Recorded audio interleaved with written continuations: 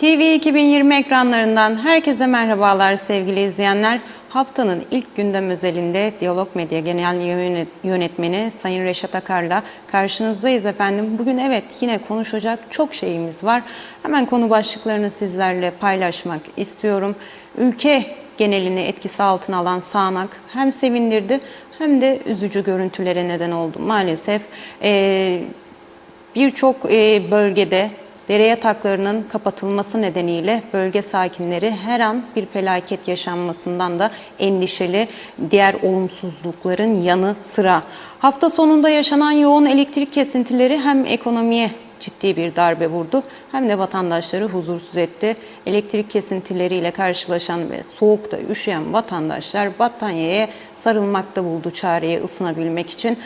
Konuşacağız, detaylarını ele almaya çalışacağız. Sadece bununla da kalmadı olumsuz etkileri elektrik kesintilerinin. Birçok elektrikli ev aleti de bu ani kesintilerden zarar gördü. Bu zararlar nasıl karşılanacak? Bunların da detaylarını konuşacağız. Din İşleri Başkanı Profesör Doktor Ünsal'ın söylemleri gündemdeki sıcaklığını koruyor. Bugün Cumhuriyet Meclisi'nin de gündemine taşındı. Hatta damga vurdu. Hükümet adına söz alan Ulaştırma Bakanı Sayın Arıklı, Ünsal'ın konuşmaları ile ilgili açıklamalarda bulundu. Uydurma hadislerden yola çıkıldığını söyledi ve Ünsal'ı uyardı. Tabii ki bunlar ve daha fazlasını konuşacağız. Siz de soru, yorum, görüş ve önerilerinizle programımıza ortak olabilirsiniz efendim. Evet, Reşat Bey merhaba. Merhabalar Özlem Hanım. Herkese hayırlı günler, hayırlı haftalar dileyerek başlayalım. Evet, bereketli yağışlar geldiğine aylardır. Yağmur yok, yağmur yok. Neredeyse memleketin en üst düzeydeki yetkilisinden başlayarak bakanlar, bakmayanlar bile yağmur duasına çıkmaya hazırlanırdı ki bereketli yağışlar başladı. Cuma, cumartesi, pazar ve bugün de devam ediyor. Bir taraftan tabii ki çok memnunuz. Ülkemizin buna çok ihtiyacı vardı. Ve şu anda da biz programa girerken Tarım Bakanlığı'ndan yarı anlaşılır bir açıklama geldi. Tam anlaşılmaz. 4 satırlık bir açıklama. Geçikköy Barajı diyor DSİ yani Devlet Su İşleri Türkiye'nin tarafından kontrollü bir şekilde dereye veriliyor diyor. Yani taşlı mı baraj demek istiyor. Öyle anladım ben. Biraz daha ayrıntılı, doğru anlaşılır bir açıklama verirlerse daha iyi olacak. Tam 4 satıra 5'e çıkarın bunu, deyin ki Geçikköy Barajı taşmıştır arkadaşlar.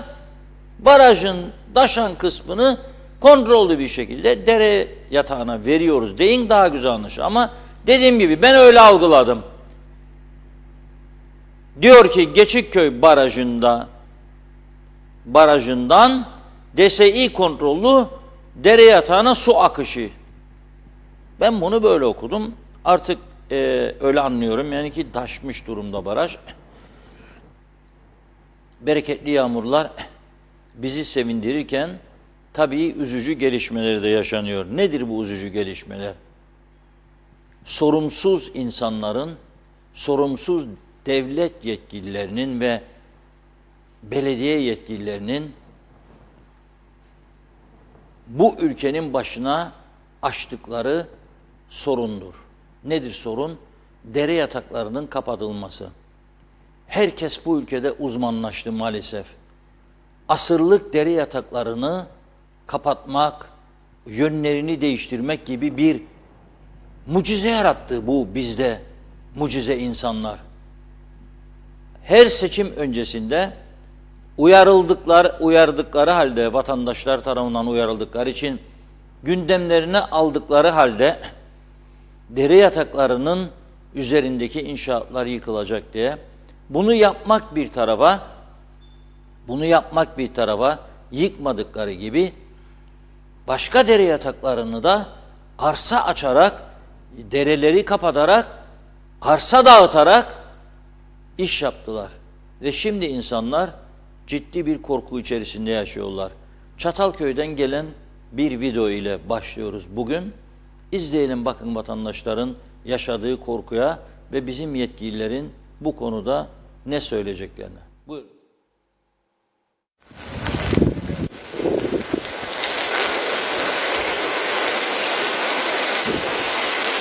Ya içeri girilmez.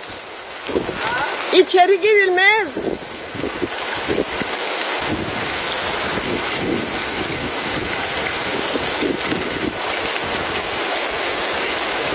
İki taraftan sular bastı. Dağdan inen sular. Dereler kapandı ya.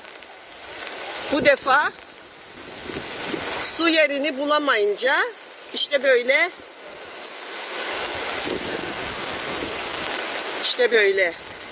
söyleyecek ne diyebilirim artık. Bu zavallı insanların başına felaket oldu.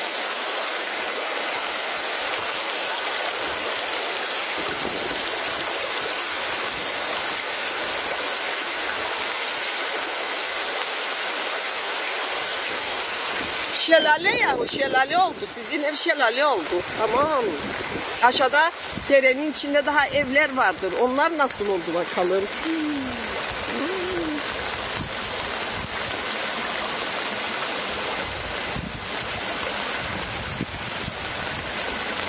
Hani bakın, dereleri hep kapattılar.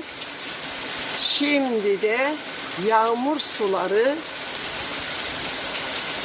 bakın nereleri tutup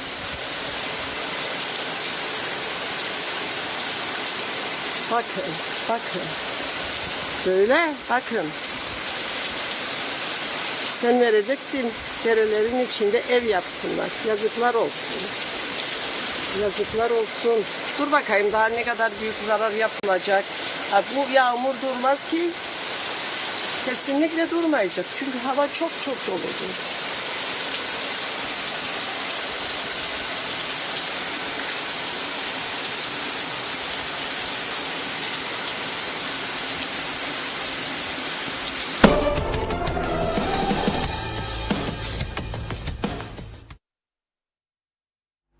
Evet, gördük değil mi? İsyan ediyor vatandaş. Dere yataklarını iptal edip orasını, o bölgeleri şehit arsası yapmışlar Çatalköy'de ve imara açmışlar. Bunu yapan adamlar başka ülkede olsa kulaklar kesilir değil mi yani? Kulaklar, burunlar kesilir. Ama bu ülkede yapanın yanına kaldığı için hiçbir şey olmaz. Sonra da şikayetler başlar. Olur mu, olmaz mı? Vay nedir bu başımıza gelen? Başımıza gelenler çok. Daha da gelecek. Ama ben diyorum ki inşallah bir gün, çünkü biz kendi kendimize bu ülkeyi idare edemedik. Bu açık ve net. Edemeyiz de. Çünkü halkı da alıştırdık bir takım çıkarlara. Birinin çıkarına dokunmaya kalktığın anda bombardıman, seni etkisizleştirirler. Onun için biz kendi kendimizi yönetemediğimizi ve yönetemeyeceğimizi kanıtladık bu yarım asırlık sürede. Ben onun için söylüyorum. Ya güneyden ya kuzeyden bir topuz şarttır, kaçınılmazdır. Olmaz çünkü arkadaş, olmaz. Seçim öncesinde bana daha önceki dere yataklarına yapılan inşaatları yıkacaklarının sözünü verenler seçimden sonra başka dere yataklarını kapatıyorlar. Ya bu bir utanmazlıktır, vicdansızlıktır, insafsızlıktır, iş bilmezliktir, vatan hainliğidir ya o. Daha beter, vatan hainliğinden de beter bir şeydir bu. İnsanlık düşmanlığıdır bu. İnsanlara yönelik düşmanlıktır. Çıkarcılıktır, fırsatçılıktır, suçtur. Ama bunu kim cezalandıracak? Odur mesele. Savcılık kendi makamında uyuyor. Yasalar masalar bir şey giderse yapıyor. Polis ona bakıyor. İçişleri Bakanı baskı altında, devlet falan filan. Politikacılar zaten kendileri yapıyor bu işi. Seçim üstüne seçim yapılan bir ülkede el çat diyor, vuruyor eliyle, çat yapıyor vatandaşlarla, oy ver, oy ver diyor da, zafer diyor da, senin işi halledecek diyor. Bu hale getirdiniz. Ben olsam Rumların lideri, vallahi dişlerinizi kadar söker alırım size. 200 sene peşinizi bırakmam. 200 bin Rum'un bıraktığı yerleri bu şekilde talan etmeye hakkınız yoktur sizin. Beni bir Türk vatandaşı olarak utandırıyorsunuz ya siz. Ayıp denen bir şey var. Bir de Mausa'ya çevirelim. Bakın Mausa'dan da. Oradan da geldi. Şöyle diyor izleyici, bizi izleyen vatandaş. Lütfen diyor bunu yayınlayın diyor. Belki çocuklarımı bir sel felaketinden kurtarırız diyor. Hiç iyi değil diyor. Ben Mausa'da yaşıyorum. Çocuklarımın durumundan uyuyamıyorum diyor. En sonunda sellerin bittiği ev benim çocuklarımındır. Lütfen yayınlayın diyor. Mausa'dan gelen izleyicimizin mesajı. Uyuyamaz tabii. Ülkenin birçok yanı böyledir. Daha ben Girne'yi de merak ediyorum. Domotel yolu. Kapattılar, denize giderdi. Dağdan gelen su. Kapattılar, oraya özel plaj, kaldırım, maldırım falan bir şeyler yaptılar. Restoran. Ben orayı da merak ediyorum. Ne olacak? Ne olacağını merak ediyorum. Ama hiç doğayla bu kadar uğraşılmaz ya. Doğayla bu kadar uğraşılmaz. Nitekim bakın, yılların muhtarı Ömer Meraklı, şimdi muhtar değil ama Ömer Meraklı dedin mi hemen akla gelen muhtardır. Galavaç muhtarı. Köyde doğmuş, ovalarda hayat bulmaya çalışmış bir insan. Dereleri diyor, su akarlarını hiçbir zaman esir alamazsınız. Gün gelir onlar özgürlüğüne kavuşur. Açgözlüler diyor, doyumsuzlar diyor. Bir başka vatandaş Sultan Keskin'e paylaşmış, gördüm. Doğa diyor kin kusuyor diyor. Hiçbir şey yapmayanlar isyan ediyor diyor. Hasan Kemal girerken gördüm. Plansız programsız dereleri doldurup zeytin ağaçlarını söküp yerlerine villalar yaptınız ve geleceği düşünmediniz diyor. Ülkeyi Mercedes, BMW, Jeep, Land Rover, Porsche doldurduk. Güzel hava atıyoruz. Fakat yol yapmadık. Yollar çökmüş, perişan. Mausa tarafı perişan. Birçok bölge perişan. Yollar kapanmış, tıkanmış. Şimdi az önce de polisten bir uyarı geldi. Karşıyaka, Kozanköy değil mi o zamanım? Kozanköy ile Karşıyaka arasındaki yol kapanmış, trafiğe kapanmış, bilginiz olsun. O yola yönelmesin sürücüler. Kozanköy ile Karşıyaka arasındaki yol polis tarafından trafiğe kapanmış, o yol kullanılmasın. Efendim biz de yayınladık. Bir Kıbrıslı Rum, onların Mausa dediği bölge, Mausa dediği Ayia, Paralimni o taraf var. O da kanoyla şov yapmış. Venedik oldu diye bölgeler. Ama daha kısa sürede açabildiler. Orada dere yataklarını kapatamazlar. Orada dere yataklarının üzerine inşaat izni alamazlar. Orada dere yataklarını kapatıp arazi açamazlar. Dağıtamazlar. İnşaat izni veremezler. Kelle gider. Ama burada dediğim gibi, burada ne kanun var, ne yönetim var, ne nizam var, ne hesap soran. En mühim olay da hesap sorandır. Soran yoktur. En mühim olay, en önemli zafiyetimiz hesap soranın olmaması. Polis var, savcılık var, yargı var, ombudsman var, Sayıştay var, Varoğlu var ama hesap soran yok. 200 tane, 300 tane, 500 tane danışman alan büyük devlet, öte taraftan yağmur direnç kanallarını tamamlayamıyor. Arıtma tesislerini çalıştıramıyor.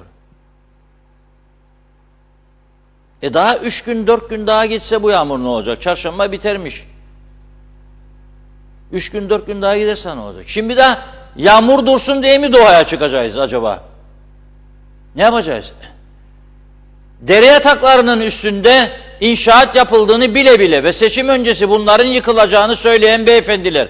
Size soruyorum. Sağcısı da solcusu da, ilericisi de gericisi de.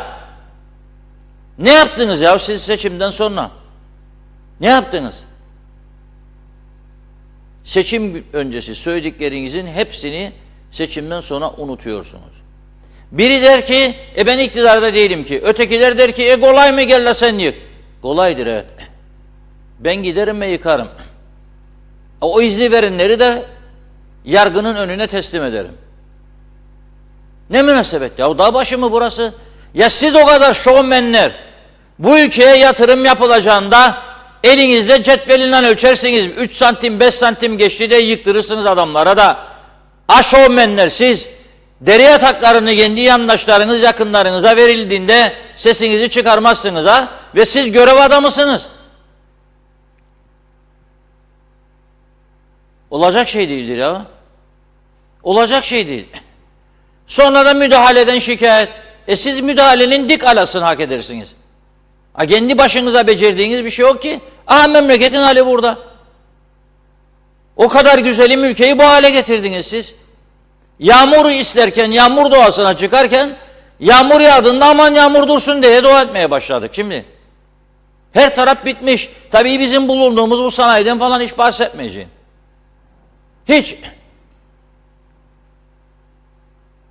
Domuz yalağı mı desem, ne desem yeridir.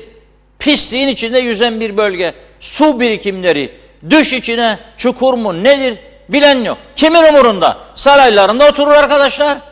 Herkes bakanlıkta, belediyede, makam odalarında, klima altında oturuyorlar. Sesini çıkaran yok.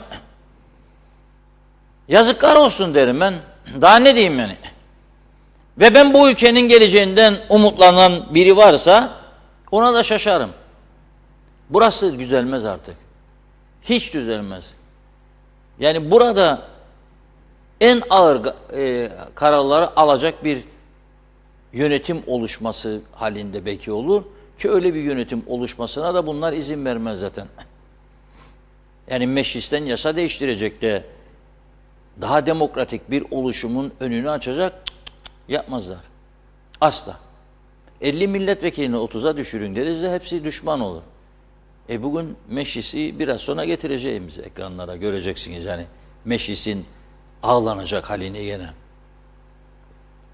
Ağlanacak halini hep birlikte göreceğiz az sonra. Ama şimdi bu elektrik kesintileriyle birlikte yağmurlar başladı mı, hava soğudu mu biraz elektrik kesintileri başlar. Bu 83'ten bu yana KKTC'nin kaderidir. Devlet kurduk ya, tabii bunun bir zahmeti olacak. Öyle kolay mı devlet kurmak? 7000 sene sonra tanımayı kabul edeceksin mesela, tanınmayı öncelikle. Bir 200 sene, 300 sene de elektriksiz kalmayı kabul etmen lazım. Öyle kolay iş olmaz. Devlet kurduk. Değil mi yani? Ne diyor bakın Zorlu Bey? Buyurun Yüce Meclis'e hitap edin diyor. Yüce Meclis'e diyor. Biraz sonra geleceğiz Yüce Meclis'in yüceliğini bir daha göreceğiz hep birlikte. Yahu soruyorum buradan. Elektrikler kaç gündür kesiliyor? Vatandaşlar isyan ediyor sosyal medyada. Ben aslında o isyanları da artık çok fazla önemsemiyorum. Neden? Çünkü önemli olan elektriklerin kesilmediği zaman ortaya çıkmak ve kesilmemesi için mücadele etmektir.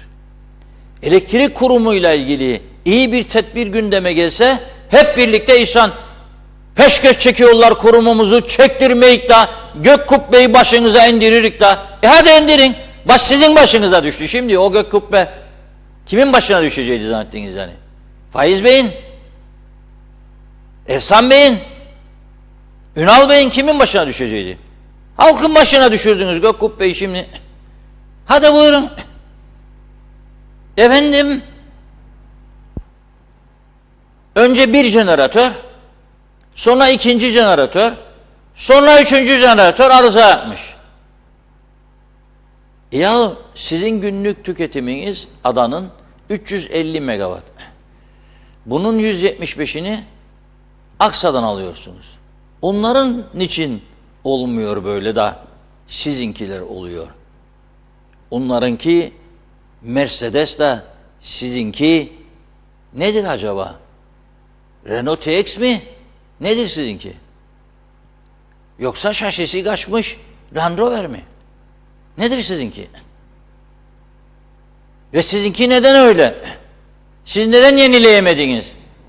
Çünkü siz gelirleri istihdam üstüne istihdam, sendika baskısı korkusuyla bir yığın haklar maklar, ihalesiz mal alımları göz yumdunuz hepsiniz de. Sendikaları da göz yumdu, yönetimleri de göz yumdu. 64 bin liralık bir fazla mesai için eski genel müdür şu anda cezaevinde, şoförü de. Fakat o bir taraftan 100 milyon euroluk malzeme alımları şaibeli dosyaları var. Ciddi yolsuzluk ihbarları var dosyaların içerisinde. Onu da yargıya taşımadınız. Kimler taşımadı bunu? İşte meclisin içindekiler. Sağı da solu da. Mesele yok diye kapattılar dosyaları. Biz ne yaptık? Vatandaşlar olarak, örgütler olarak seyirci kaldık. Biz örgütler olarak, vatandaşlar olarak hepimiz seyirci kaldık. Bir gün tartışıldı, 2 gün bitti. Maaşlar 2 gün geç ödenecek olsa meclisi yıkar dökerik değil mi? Süt paraları geç ödendiğinde gider yıkarık dökerik değil mi? Yeme zam yapıldığında aynı durum. Meclisin kapı kalkar, oturur yere düşür endirilir. Ama bu taraftan 100 milyonlarca dolarlık yolsuzluk, hırsızlık, çalma, çırpma ve senin geleceğini karartma karşısında kimse bir şey yok. Kimsede. Bütün şeyler, ilgililer müthiş bir sessizlik içinde. Boşver, fena adam mı olalım? Ne yapalım, ne edelim? Onun sonucu ne oldu? Karanlıklar. Ve şimdi bugün baktım, Ticaret Odası bülten dağıtıyor. Elektrik borçlarının taksitlendirilmesiyle ilgili bir karar alınmış. Üyelerine onu duyurur. Halbuki ben Cuma'dan beri bu ülkenin ekonomik örgütlerinin ayağa kalkmasını bekliyorum. Ayağa kalkmasını bekliyorum. Hepsine de şunu söylüyorum. Tümünüz de başarısızsınız. Hepinize de yazıklar olsun. Ticaret Odası, Sanayi Odası, Esnaf Sanatkarlar Odası, diğer ekonomik örgütler tümünüz ama sıfır. Bu elektriklerin kesilmesi kime zarar verdi? Bütün sanayiye, ekonomik dallara vermedi mi? Kasaba, bakkala, lokantacıya, herkese zarar vermedi mi? Bu insanlar size aidat ödemiyor mu? Biz size aidat ödemiyor muyuz? Neredesiniz siz ya? Kişisel bağlarınız yüzünden ve bir de lüks villalarınızda jeneratör vardır sizi etkilemez diye sesinizi çıkarmıyorsunuz. Hepinize yazıklar olsun diyorum ben. Siz bunlara fitil fitil ödetmeniz lazımdı bunları. Ne münasebet sen 3 gün beni sabah öğlen akşam yaşlı insanlar evinde battaniye sarılıyor. Çocuklar öyle. Herkes gripten felç olmuş. Doktor parası, ilaç parası yetiştiremiyorlar. Ve siz sessiz sedasız memlekette güllük gülistanlık sanki her şey. Oturup yan gelip yattığını seyrediyorsunuz. Ya da gidiyorsunuz Rum kesimindeki otellere, ya da gidiyorsunuz başka hafta sonu İstanbul'a gidelim elektrik kesintisi var. Ya başka bir yere. Tamam değil mi? Boynu altında kalanın kopsun boynu ha. Böyle örgütçülük mü olur? Ne oturuyorsunuz o koltuklarda ya siz? Sizin yapabileceğiniz çok şey var. Siz 2 gün kepenk indirseniz, 2 gün mal çekmeseniz gümrüklerden, bak nasıl bu elektrik kurumunu adam ederler. Ama yapmıyorsunuz çünkü al gülüm ver gülümdür mesele. Ve şeyden taksitlendirmen nasıl yayına yararlanacak? Onun bildirisini yolluyor bana. Ben senden bildiri beklemiyorum. İşrahat bekliyordum ben. Hepinizden 1000 tane iş adamı, esnaf, kapatın dükkanları yürüyün bakalım. Nedir bana çektirdin sen 83'ten beri ya? Bu kadar yıldır hala daha bir elektrik sorunu çözemediniz. Yazıklar olsun. Rumlar bize gülüyor ya. Bütün dünya bize gülüyor. Dünyanın en lüks arabalarını kullanan toplumun yolu yok, elektriği yok. Düşünebilir misiniz siz? Ne kadar acayip bir durum, ne kadar rezil bir durum ya bu. Mahcup olmuyor musunuz ya siz bu lafları duyduğunuzda? Hiç mi rahatsız olmuyorsunuz? Çocuklarınızın yanında mahcup olmuyor musunuz ya, sorarım. Baba elektrik kesildi. Merak etme oğlum, jeneratör girecek şimdi devreye. Onu diyenler ses çıkarmaz tabii. O zengin ekonomik örgütler. Size söylüyorum ben bunları. Daha üyelik aidatı artırırlarmış. Sakın kapımızın önünden geçmeyin. Kaç kişinin elektrikleri bozuldu? Elektrikli aletleri. Bizim de dahil burası. Kaç kişinin elektrikleri bozuldu bu gidip gelmelerden? Ha, bir lamba gönderdi vatandaş, yanar söner. Ne buzluk kaldı, ne televizyon kaldı insanlarda. Elektrik öyle bir acayip şekilde gelir gider. Voltaj ayarı falan filan da yok. Bu mudur ya hayat? Bu çağda. Daymış, fore vermiş, da vallahi billahiymiş, bitmişmiş ayrı devlet iki tarafta. Hala sen beni burada zindan hayatı yaşatacaksın. Zannettin ben seni destekleyeceğim sonuna kadar. Ben zannettim ki bu halk senin arkandan gelecek. Baktınız mı cumartesi pazar kaç kişi geçti güne? Baktınız mı? Ben gittim Nikosya Mol'a gittim, gördüm. Yarıdan fazlası Kıbrıslı Türk'üydü. Neden? Soruyor musunuz bunu neden? Elektrikler kesik. Gidelim oraya, bari sıcaktır orası. Aydınlıktır. Elektrik var. Üşüme yok. Evde elektrik yok. Olsa da zaten pahalı geldiğinde. Yemeğimi de yiyeyim burada. McDonald's hamburger falan filan. Pizza mizza. 8-10 saat geçirdikten sonra da giderim. O tarafa itiyorsunuz ey vatan milletçiler. Tabii o vatan millet nutukları gerçek değildir, siz de biliyorsunuz yani, o iş ola. Ankara'ya yağ çeksinler diye söylüyorlar onu. Gerçek içlerinden geçen, onlar da imkan bulsalar gidecekler orada kahve çay içecekler ama şimdi koltuk var ya, koltuk çok mühim. Benim koltuk gibi değil, bakın nasıl sallanır benim koltuk. Yenileyemiyoruz biz. Çünkü tam koltukları yenilemeye karar aldık. UPS sistemi gitti. Elektrikleri keser getirir, arkadaşlar götürür. Bizim sistem gidiyordu dün. Ya. Onun için hiç konuşmayın. Sakın üyelik aidatı falan da artırmayın. Başta ben vermeyeceğim size. Üyeniz olmaktan da utanmaya başladım artık. Yazıklar olsun hepinize de. Bir kelam bile etmediniz hafta sonu. Bakalım neredeydiniz? Trolos'ta mı, İstanbul'da mı, Antalya'da mı, Londra'da mı, Paris'te mi? Neredeydiniz arkadaşlar? Hadi siz zenginleri anladın da o esnaf sanatkarlar ya. Ha, siz neredesiniz ya? Sizin üyeleriniz mahvoldu be bu elektrik kesintilerinden. Bakkalı, kasabı, konfeksiyoncusu hepsi battı be. Post cihazlarını çalıştıramadı adamlar. Masrata 3 tane müşteri bu sonunda kaybettiler. Hiç sizi etkilemiyor bu iş. Yazık vallahi. Gerçekten yazıklar olsun. Evet Özlem Hanım. Hemen hızlıca başlıyorum yorumlara. İlk yorumlarımız gitti. Dere yatakları ile ilgili çok yorum vardı. Arada tekrardan yenilenirse, gelirse yer vereceğim. Şimdiden affola efendim. Tekile Kemal bizlerle insanımızı ne hale düşürdüler dedi. İzzet Kahraman vay be bütün yerler doldu, dereler doldu. Kim bu? Mimarlar helal olsun dedi. Nazimen Alban bizlerle iyi akşamlar Özlem Hanım, Reşat Bey. Sizleri severek ve kaçırmadan izliyorum, dinliyorum. Yeni haftamızın herkese ve sevdiklerime iyi, umutlu, güzel olmasını diliyorum. Elektriklerin sorumluları çok üzücü. Saatlerce diyor vatandaşımız bu soğukta elektriksiz kalıyor dedi Nazım Hanım. Bu işin sonu ne olacak diye sordu. Bu durumlara şimdi insanları bu durumlara getirenler nerede? Sesleri çıkmıyor. Çok üzgünüm dedi. Aytaç bizlerle iyi yayınlar diliyorum dedi. Ahmet Halil bizlerle iyi yayınlar diledi. Kemal Osman Ceylanlı bizlerle iyi yayınlar diliyorum. Tükenmişlik dedi. Vernavas Penter bizlerle iyi yayınlar Reşat Bey. Marketlere girilmiyor. Bir tavuk göğsü 80 TL, domates 35 TL, salatalık 20 TL, daha asgari ücret yükselmeden ve bir de yoksulluk ve engelli maaşı alanlar ölüme terk edildi bu pahalılıkla dedi. Eser Yurtere bizlerle iyi yayınlar Özlem Hanım, Reşat Bey dedi. Sayar Eker bizlerle yağsın yazda kuraklık var dedi. Suya muhtaç kalmayalım.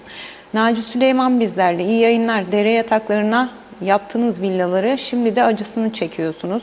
Daha durun bakalım, bunlar başlangıç. Hiç üzülmeyin, Allah sizi kurtarır dedi. Tekila Kemal, doğaya dokunan nasibini elbet bir gün alır ve götürür dedi. Celal Harun bizlerle, iyi yayınlar Reşat Akar ve Özlem Çimendal. Şifa Harun'un mesajı dedi.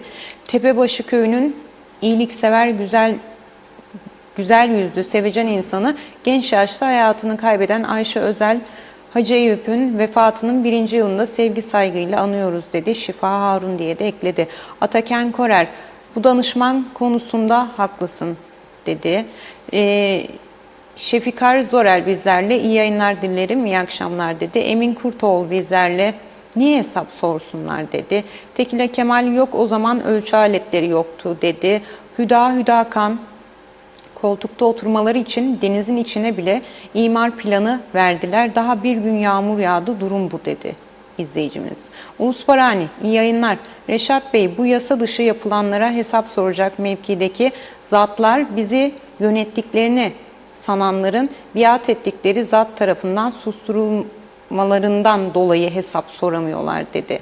Erkan Ercika bizlerle, çirkef yatağı dedi. Mehmet Borak bizlerle, dünyada yönetimi idaresi olmadan yaşamını idare eden tek yeriz dedi. Mehmet Uluçaylı bizlerle, Ötüken Kuzucuk arası yeni yapılan yola 2 köy arası kaldırım yapılıyor. Yağan yağmur için suyun kalabileceği hiçbir önlem alınmadı. Kaçabileceği, çok özür dilerim. Hala devam eden kaldırım çalışmaları arızalanmadan araçları için herhangi bir cep yapılmadı ve kaldırım hızla devam etmekte. İnşallah belediye bu yanlışla ilgilenir dedi izleyicimiz. Necdet Mavi Gözlü bizlerle, Kuzey Kıbrıs Birleşik Afrika Pakistan Cumhuriyeti'nden hayırlı günler, iyi yayınlar dedi. Özlem Hanım, Reşat Bey, battı balık yan gider, her önümüze gelen doktoru milletvekili seçersek bu doktorlar bakan olur, neticesi de böyle olur. Evleri su basacak normal olarak. Doktor insanlar ekonomiden mi anlar, maliyeden mi anlar, turizmden mi anlar? Daha çok sayabilirim ama gerekmez. Herkes anladığı işi yapsa işler değişir dedi. Ramazan Deniz, Reşat Bey, abim, ilaçlarını ilaç sorunu var sanırım izleyicimizin. İlaçlarını alamadığı tansiyon sorunu varmış izleyicinin yine. Aytaç, iyi yayınlar diliyorum. Özlem Hanım, Reşat Bey, hesap sorma hakkımızı elimizden aldılar. Hesap sormaya kalkanları hemen içeri alıyorlar. Bu yüzden doğru söyleyenleri 9 köyden kovuyorlar Reşat Bey. Londra'dan yorum yok dedi. Saygılarımla arz ederim dedi. Ömer Meraklı muhtar bizlerle. Doğanın deresi de su akarı da özgürdür, egemendir. İstediğiniz kadar müdahale yapın, dereleri doldurun, ev yapın. Açgözlüler, doyumsuzlar dinlemez. O günü gelir, malına sahip çıkar, üzerine kanunsuz, hukuksuz ne yapılırsa insanoğlunu beklemez, siler, süpürür gider dedi. Doğan Falyalı bizlerle. Hayırlı yayınlar. Herkes görevini layıkıyla yapar. Netice ortada. Baraj dolar taşar ama su bir türlü Mesarya'ya ulaşmaz dedi. Sayarek ekledi. Adatepe'de daha mutluydum. Girne'yi kuşbaşı seyrederken. Zehra Konaş bizlerle. 16 yıl Kıbrıs'ta yaşıyorum, 16 yıldır ve 16 yıldır oy vermedim. Çünkü her yıl aynı sözler ve arkasından gelen bir şey yok. Eğer sen aday olursan ilk oyu ben vereceğim dedi. Nazım Hanım ekledi. Özlem Hanım, Reşat Bey, eğer böyle bu yapılara devam ederlerse Allah'ım korusun sonu ne olacak? Her yıl böyle yağmurlarda, sellerde yenik düşüyor bu yapıların bulunduğu yerler dedi. Önlem ne yazık ki alınmıyor. Altyapılar sıkıntılı dedi Nazime Hanım. Elektrik de yok dedi. Ayrıca da çok pahalı elektrik dedi. Sorumlular nerede dedi. İdare edenler. Mehmet Uluçaylı, Rum tarafı elektrik kesintilerine son verip imdadımıza yetişti ve bize elektrik vermeye başladı. Dilara Kortu, bu millet oyunu icraata göre değil partiye göre kullanırsa asla bu ülke ileriye gitmez dedi. Azmi Özlütaş bizlerle. Sen ne dersen de bunlara fark etmez. Arıklı ve onun gibi yalancılar varken biz sadece devletçilik oynuyoruz. Boş ver, sorun bakayım kaç tane genç bu memlekette kalıp yaşamak istiyor dedi. Kubilay Mert Tuna bizlerle. Bu yağmurlar yağmur duasıyla mı geldi? Hemen haber salın Ahmetçi'ye, yağmur dur duası yapsın yoksa seller mahvedecek bizi dedi. Caner Sakallılar, hayırlı yayınlar Reşat Bey. Bugün mecliste dinledim. Meclis başkanından Yüce'yi duymadım nedense dedi. Kamil Basmacı, Reşat Bey koalisyon hükümeti sayesinde 1960'lı yıllara geri döndük. O zamanlar fanız vardı diyor. Yakardık. Şimdi o da yok. Yok olsun bizi yönetenler dedi. Tekila Kemal, para var mıdır? Bizden daha lüks yaşayan yazıklar olsun dedi. Celal Harun ekledi. Yazıklar olsun. Elektrik faturalarını ödeyenler affedersiniz de enayi mi? Sorumluluk sahibi olan vatandaş devlete olan yükümlülüklerini yerine getirirken, ödemelerini yaparken af çıkarmak, bundan sonra biz de ödemeyelim o zaman dedi. Nasıl olsa gün gelir af çıkar öderiz. Bu konuda elektrik borçları olanların listesini basın yoluyla diyor. Elektrik kurumu bence açıklamalıdır demiş izleyicimiz. Doğan Palyalı, boşuna nefes tüketiyoruz. Uzmanlık devri, adam çalışana değil çalışmayana maaş veriyor. Sıfır işler bitmesin de işsizlik olmasın dedi. Raif Erdal bizlerle. Fuat Veziroğlu mecliste federe devlet zamanında bu durumlar için bir öneri yapmıştı. Değişen bir şey olmadı dedi. Mehmet Uluçaylı, ticaret odası icraat da yapıyor. Aidatları 2'ye katladı. Sanki iş yapmaktan öldürüldüler dedi. Ayten Ulugün, sakin olun Reşat Bey, bunlar ne duyar ne görür dedi. Ali Rıza Kavaz, kolay gelsin sizlere, başımızdakiler lütfen toplu istifa etsinler, beceriksizler dedi. Handan Felek bizlerle, Reşat Bey iyi yayınlar dedi. Füsun Özdemir bizlerle, iyi yayınlar dilerim, dilinize sağlık Reşat Bey, hep doğruları söylüyorsunuz. Bunların koltukları bırakıp artık evlerine gitme zamanı geldi. Vatandaş konuşuyor, seçimde gereğini yapmaz dedi. İsmet Ezel, biz ödedik Kıpte'ye, enayi olduk, Şaban olduk dedi. Abdi Çetinkayalı, Reşat Bey siz sesimizi çıkarmadığımız sürece, eylem yapmadığımız için bunlar bize az bile yapıyor. Elektronik eşyalar iş yapamaz oldu dedi. Fatma Köroğlu bizlerle, iyi akşamlar, iyi yayınlar diledi bize. Mehmet İnancı, hoş vakitler değerli dostlarım, hayırlı yayınlar olsun. Batmış batırılmış kaoslar ülkesi cennet adımızda, sizlere de sağlıklı günler dedi. Rezvan İnlen bizlerle, hayırlı yayınlar diledi. Yeliz Su bizlerle. Hiç kimse kusura bakmasın, bu ülkenin de elektrik kurumunun da bu hale gelmesinin sebebi seçmenler ve hükümettir. 2018'den bu yana tek bir kuruşluk yatırım yapılmadığı gibi tek bir malzeme de alınmadı, tek bir yolsuzluk sonuçlanmadı. Bunun suçlusu ne elektrik kurumudur ne de arazide sıcak soğuk yağmur çamur demeden çalışan teknisyenlerdir. Başımıza bunları seçen seçmen ve siyasilerdir dedi izleyicimiz. Erol Can Seç bizlerle. Söyle Reşat Bey söyle, ağzına geleni söyle artık. Battı balık yan gider. Bundan sonra her şey söylensin artık dedi. Alper Aligüllü bizlerle. Kolay gelsin Kanal 2020 her zaman her yerde doğru haber dedi. Musa Su İçmez bizlerle. İyi akşamlar, hayırlı yayınlar diliyorum. Değirmenlik'ten selamlar. Güzel bir yağmur gününde sizleri izliyoruz. İnşallah elektrikler gene kesilmez. Elektrik sorununu çözemeyen politikacılar bu kafalarla hiçbir sorunu da çözemez Reşat Bey. Her gün sorunları söylüyor. Bizler de gözlemliyoruz diyor. Anlayan yok. Mevcut zihniyet ve kafa yapısı değişmedikçe hiçbir şey değişmez. Saygılar dedi. Tema Yavaş, iyi yayınlar. Londra'dan selamlar Özlem Hanım, Reşat Bey. Londra'da 2 haftadır yağmur yağıyor. Soğuk, karlı, elektrik hiç kesilmiyor ama dedi. İbrahim Yalçın da iyi yayınlar. Pile'den selamlar dedi. Hatice Cihanlı bizlerle. Reşat Bey iyi yayınlar. Boşuna kendinizi üzüyorsunuz. Bu pazar seçim olsa gene kazanırlar. Beter olun diyemiyorum. Beter oluyoruz. İyi yayınlar dedi. Zehra Sencer hayırlı yayınlar diledi. Necdet Mavi Gözlü, bir de utanmadan iki eşit egemen devletten bahsediyorlar. Hangi eşitlikten bahsediyorlar acaba? Nerede o 3-4 korumayla dolaşan meclis başkanı? Nerede o çok milliyetçiyim diyen Dışişleri Bakanı? Çıkıp bir dolaşıyorlar mı? Yol yok, elektrik yok, pahalılık aldı başını gidiyor. Gören yok. Her yer Afrikalı doldu. Kimsenin umurunda değil. Önemli olan koltuk. Varsa yoksa koltuk dedi. Kubilay Mert Tuna, tam da buldum zamanı yüzlerini tükürmenin dedi. Yağmur yağar zannedecekler dedi. İzleyicimiz sert bir yorum yaptı. Hüseyin Koltan, mutlu akşamlar, hayırlı yayınlar dileriz. İyi ki varsınız Diyalog Medya Grubu ve TV 2020 ailesi. Saygılarımla kolaylıklar diliyoruz. Dilinize ve emeğinize sağlık dedi. Mehmet İnancı ekledi. Geçen yıllarda yağış esnasında Ciklos'ta 4 gencimizi arabayla birlikte sürükleyip Ozanköy'de cesetleri bulundu. Bunları hatırlayıp dere yataklarından neden önlem almıyorlar?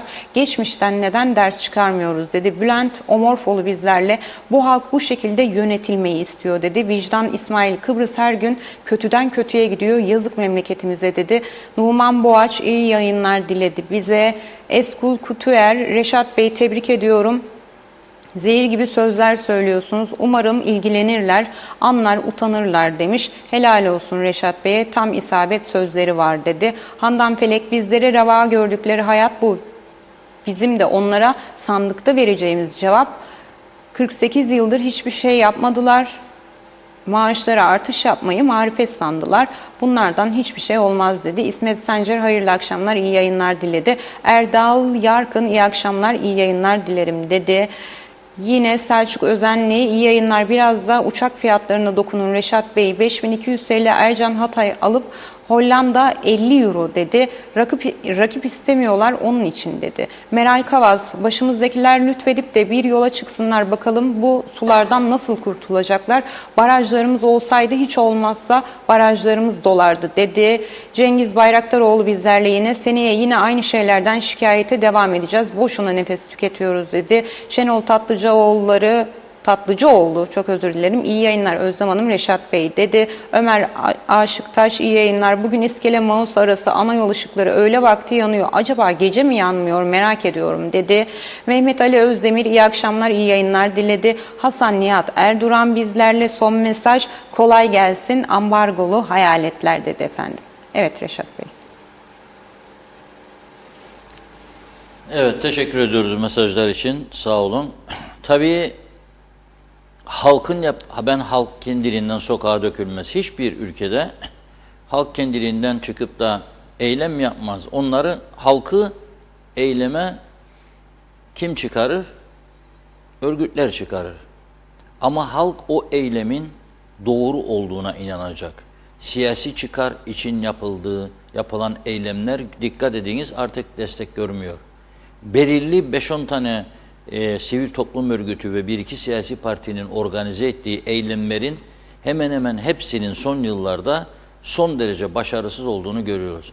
Ama bu mesele, elektrik meselesi hayatidir. Yani bakın son 10 yılda verilen beyanatlara bak, Rum tarafına elektrik satacak durumumuza geldiğini söylemişlerdi bu insanlar. Güney Kıbrıs'a elektrik satacak duruma gelmiştik. Elektrik kesintisi artık son bulmuştur. Bir daha yaşanmayacaktır. Toprağın altına gömülmüştür kesinti günleri diye beyanatlar vardır arşivlerde. Ve biz bugün bunları yaşıyoruz. Evet, bu su birikimleri daha kötüsünü yaşayacağız. Çünkü neden? Neden? Plansız programsız inşaatlar artarak devam ediyor onun için. Mesela şu anda İskele, adanın parlayan yıldızı. En büyük inşaatlar orada. 3-4 tane müteahhit firma orada müthiş işler yapıyor. Orayı sanki Beverly Hills yapıyorlarmış gibi. Savaştan kaçan insanlar da geliyor, bakıyor, parası olan oralardan alıyor. Fakat siz altyapıyı tamamlamadan, yani arıtma tesisin yok, kanalizasyonun yok. Elektrik, ülkenin hali böyle. 1 milyon isterline adamlara ev satıyorsun. Yarın bu adamlar isyan edecek. Nasıl durduracaksınız bu adamları? Bunlar bize benzemez. Bunlar mücadeleci insanlar. Ülkelerinde mücadeleye alışmış. Sen adama 1 milyon isterline, normalde diğeri 200-250 bin olan evi 1 milyona satıyorsun. Ama arıtman yok. Dolup dolup taşıp gidiyor atık sular evlerin önünden. Denizler girilmez oldu. Altyapı yok, proje yok. Ama veriyorsun inşaat izinlerini. Ne olacak bu iş? Bu dere yataklarının üzerinde ne kadar mülk varsa tümünün yıkılması lazım. Ve o izinleri verenlerin tümünün yargılanması lazım. Aradan 50 yılda geçse, 30 yılda geçse yargılanması lazım. Ama bunu yapacak bir oluşum yoktur Kuzey Kıbrıs'ta. Bunu beklemek tabii ki boşa kürek çekmektir diyeyim en azından. Bekleyemem ben. Ben bunu bekleyemem. Ama ekonomik örgütlerden beklerdim. Senin üyelerin yaşıyor bu acı durumu. Senin üyendir esnaf sanatkarların üyesi değil midir konfeksiyoncular? Adamlar müşteri geliyor karanlık. Gömlek deneyecek, etek deneyecek, deneyemez. Bir tane satış yapsa post yazı çalışmaz. Kasap senin üyendir. Vatandaş gider kıyma isterim der, yapamam der. Bakkal senin üyendir, buzluklar çözülmüş vaziyette. Karanlıkların içerisinde bir hayat olamaz zaten ya. İnsanlar evinde oturmaya korkar oldu. O kadar çok hırsızlık, soygun, yolsuzluk oluyor ki bu ülkede. Bir de bunun üstüne elektrikler gittiği zaman bu hayat olmaz. Kim adam eder? Kim zorlar yetkilileri önlem almaya? Elinde güç olanlar. Kimdir o? Demokrasi açısından baktığımızda ben askeri güçten söz etmem. Darbelerden söz etmem. Demokratik olarak kim bu işte öne çıkabilir ve mücadele verebilir ve etkili olabilir? Ekonomik örgütler. 2 gün bütün iş yerlerini kapatma kararı alınız. Bakın neler olur. Bakın neler olur. Hemen ihaleye çıkarlar ve başlarlar iş yapmaya. Ama yapmadığınız için, bugüne kadar yapmadığınız için bu hale geldik. Sadece indirim kavgası. Bana ne kadar yaptın, ona ne kadar yaptın. Ona öyle, buna böyle. Borçları taksitlendir. Ödeyemez duruma geldi. Ödeyemez çünkü iş yapamıyor. Nasıl ödeyecek? Gerçekleri konuşalım ya. Ödeyemez çünkü iş yapamaz duruma geldi. Ticaret odasının üyeleri, sanayi odasının sizlere çok büyük görevler düşüyor ya. Hepiniz iflasla yüz yüzesiniz, karşı karşıyasınız. Bak plastik bilmem ne kapanıyor, poşetler. Bir yıl insan sokakta kalacak. Alternatif tedbir yaratılmadığı için. Sorarım memnun musunuz siz yoğurt imalatçıları, hellim imalatçıları? Çalışıyor mu makineleriniz? Jeneratörünüz olsa da bunun maliyetini hesaplıyor musunuz? Kaça mal oluyor size jeneratörlü üretim? Soruyorum size. Bakın 95 oktan benzin de yokmuş şimdi. Bunu söylediğin zaman bu KKTC'yi yönettiğini iddia edenler ya da o hayalde olanlar, bakanlar, bakmayanlar şunu da söyleyebilir size. Ya ama unutmayın 74 öncesini. Sen beni gene 74 öncesinden yaşatacaksın yani. Yarım asırdan fazla zaman geçti. 63-74 ne sıkıntıdaydık. Bak şimdi lüks arabalarınız var, yüzme havuzlu villalar. Eksik olsun. Sen o yüzme havuzlu villalar inşaat izni verirken koyacaktın vergiyi, yapacaktın yolu, koyacaktın vergiyi, tamir edecektin göletleri, yenilerini yapacaktın. 18 tane baraj var Güney Kıbrıs'ta. Müthiş.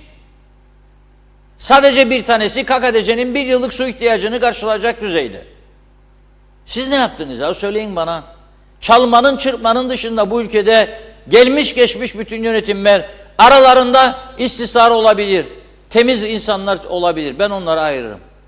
Ama ezici bir çoğunluk. Çalmanın, çırpmanın dışında ne yaptınız ya? Söyleyin bana. Bu ülke için. Ne yaptınız?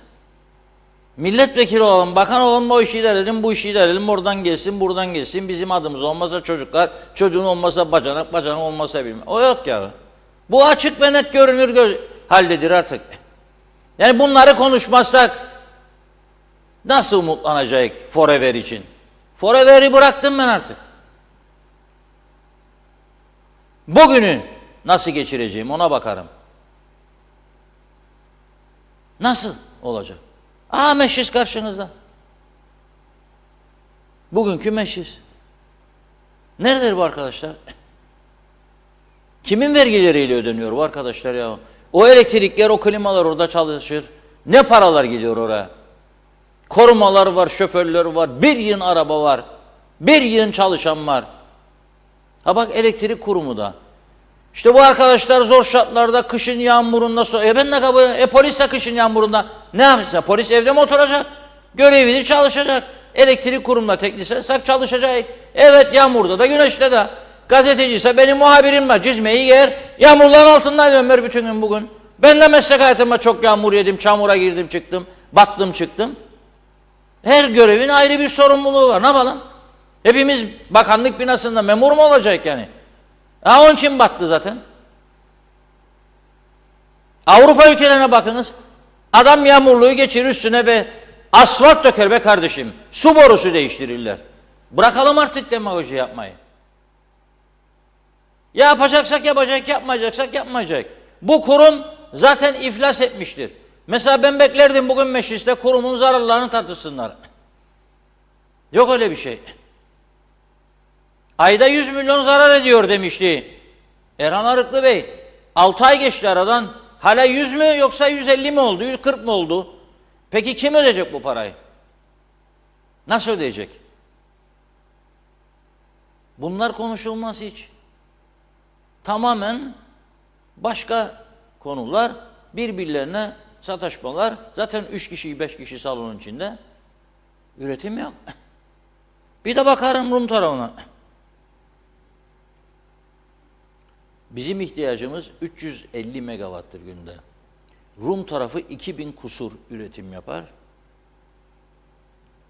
6 tane de çok söyledim, bir daha söyleyeyim dinlememiş olanlar.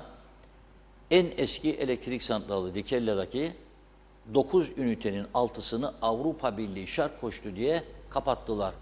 O üretim yerinde, elektrik üretim yerinde filtre de vardır. Bizim gibi zehir yayma da yoktur. Daha kaliteli üretim olduğu halde yine de kullanılan yakıtın AB standartlarına uymadığını gerekçe göstererek bunlara kapatacaksınız dedi. Kapattılar. Efendim bu kış geliyor, mu soğuk yetmeyebilir. Yetiyor işte elektrikleri. 3 tane, 4 tane, 5 tane yaptılar. Güneş enerjisiyle izin verdiler. 65 megawatt günde güneş enerjisi üretiyorlar. Rüzgar enerjisini başlattılar. Daha yüksek miktarda. Vasiligo'da gaz terminallerini kurmaya devam eder Çinli şirket. Doğal gaza üretime geçecekler. Şimdi ünlü Fransız Total şirketi, dün Diyalog Gazetesi'nin 1. sayfasından verdik biz bu haberi. Güney Kıbrıs'ta 3 tane köyde güneş enerjisi kuracak ve bu 3 tane sistem, enerji sistemi günde 120 megawatt enerji üretecek. Kuzey Kıbrıs'ın ihtiyacının 1/3'ini Total şirketi 3 köyde kuracağı güneş enerji sistemiyle üretecek. Ne çevre kirliliği ne bir şey. Temiz bir üretim. Maliyetler son derece düşük. Biz niye bunları hiç gündeme alamıyoruz? Niye yapamıyoruz? Türkiye enerjide çok ilerledi. Neden Türkiye'nin bu ilerleyen başka ülkelerde de enerji işi yapan şirketleriyle bir geniş kapsamlı bir toplantı düzenleyip de fikir alışverişi yapıp da en uygun olanını getirmeyi düşünmüyoruz? Neden? Çünkü KÜPDEK devamlı yönetici değiştiren, bilen bilmeyenin yönettiği bir kurumdur. Çünkü KÜPDEK bilen bilmeyenlerin emrindeki bir kuruluştur, siyasilerin. O KÜPDEK'i yöneten veya emir verenler de 4 ayda bir değiştiği için bu kurum adam olmaz. Ey arkadaşlar, ey vatandaşlar, Olmaz. Ne yaparsanız yapın olmaz. Olmaz.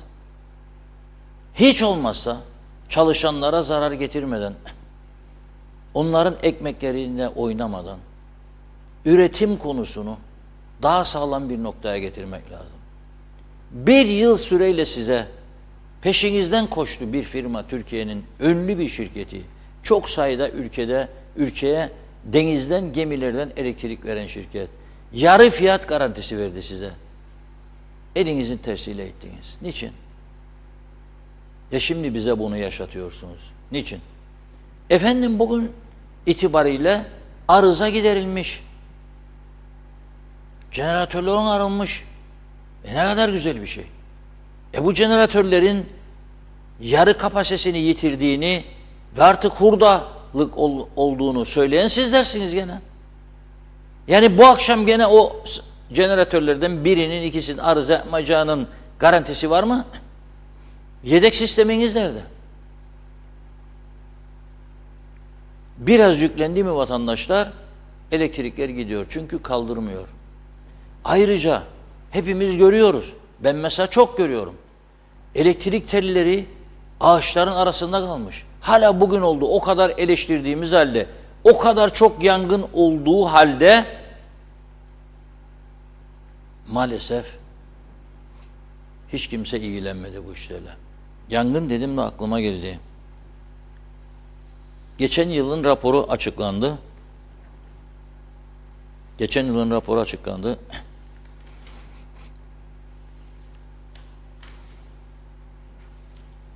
Geçen yıl 2022 yılında 725 yangın meydana gelmiş KKTC'de. Forever. Dünya rekoru. Bu kadarcık küçük yerde 725 yangın. Yanan ormanlar, ağaçlar gitti. Onu dışarı koyun. Mali zarar olarak da, mali zarar 273 milyon Türk lirası. Düşünebilir misiniz? 273 milyon. MR cihazını da yeniler, ilaçlarını da alır, hastanelerin bütün yataklarını da değiştirir, dolaplarını da değiştirir. Yangına ödediği paralarla. Var mı bir tedbir? Çamlıbeli yakan çöp kamyonu, inşaat şirketinin, müteahhitlik firmasının kamyon şoförü tutuklandı mı? Elektrik tellerini hani vurdu, çöpleri dökecek diye yaktı bütün bölgeyi. Yok. Datlısu tarafındaki büyük dev yangın